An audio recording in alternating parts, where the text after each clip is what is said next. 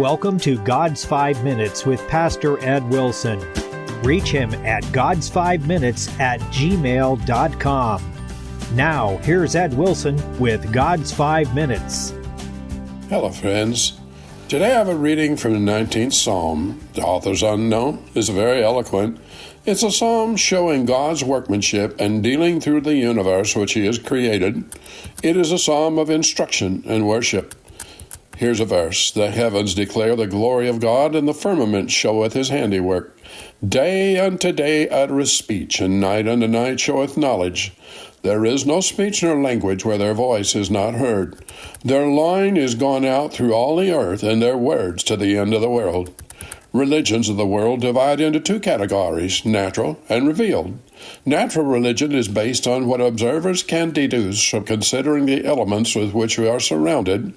Revealed involves the concept of God revealing Himself to persons of His choosing, who then record and transmit those insights to others. It is from such revelations that we Christians have our Bible. The first verses of this psalm are doctrinal, and in this there are two parts. The first teaches us to know God by natural reason from the universe and the amazing phenomena of our planet Earth. But because this way is insufficient to fully direct a soul, therefore in the second part we have a better way prescribed, which is the book of the Scriptures. The glory of God is shown in His creation. By the glory of God we understand His goodness, wisdom, power, all His attributes. In understanding these things we have a testimony from His creation. But especially in this psalm, the heavens, whose magnitude, beauty, order, variety, perpetual motion, light, influences, and so forth, declare that there is an omnipotent, wise, good, and gracious God who is their Creator. The changes of day and night, proceeding with their motions, declare this also. Day unto day uttereth speech, for instance. The heavens are diligent preachers, for they preach all day and all night without intermission. They are learned preachers, for they preach in all tongues. There is no speech where their voice is not heard.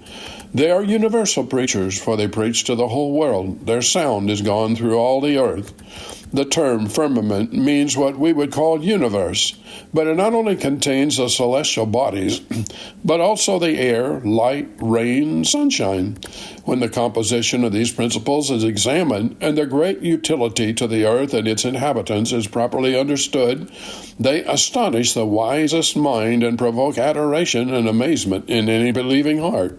There is one glory of the sun, which gives its necessary rays to the day, and another glory of the night, with its myriad of stars, and marvel of the moon. Together they are like the two parts of a choir, with celestial voices, serenading the endless glory of God. In the vast and brilliant heavens above us, God flies His starry flag to show that the King is at home. In fact, the whole universe is nothing else but God expressed. The sphere of creation appears to extend around us indefinitely on all sides. To have its center everywhere, its circumference nowhere. These are considerations which from their extent almost bewilder our minds. But how should they raise our ideas toward their great Creator when we consider that all these were created from nothing, by a word, by a mere volition of the deity? Let them be, said God, and they were. By the word of the Lord were the heavens made, and all the host of them by the breath of His mouth. For He spake, and it was done. What must be that power which so formed worlds on worlds, worlds in comparison of which this earth we inhabit sinks into utter nothingness? Surely when we thus lift up our thoughts to the heaven, the moon and the stars which He has ordained, we must feel, if we can ever feel, how stupendous and incomprehensible is that being who formed them all. The heavens do indeed the glory of God. I hope that you can go outside some pleasant evening, look into the great celestial heavens, and see there, in a manner of speaking, the very face of God, smiling down through the glory of His creation. The firmament showeth His handiwork. You have been listening to God's 5 Minutes with Pastor Ed Wilson.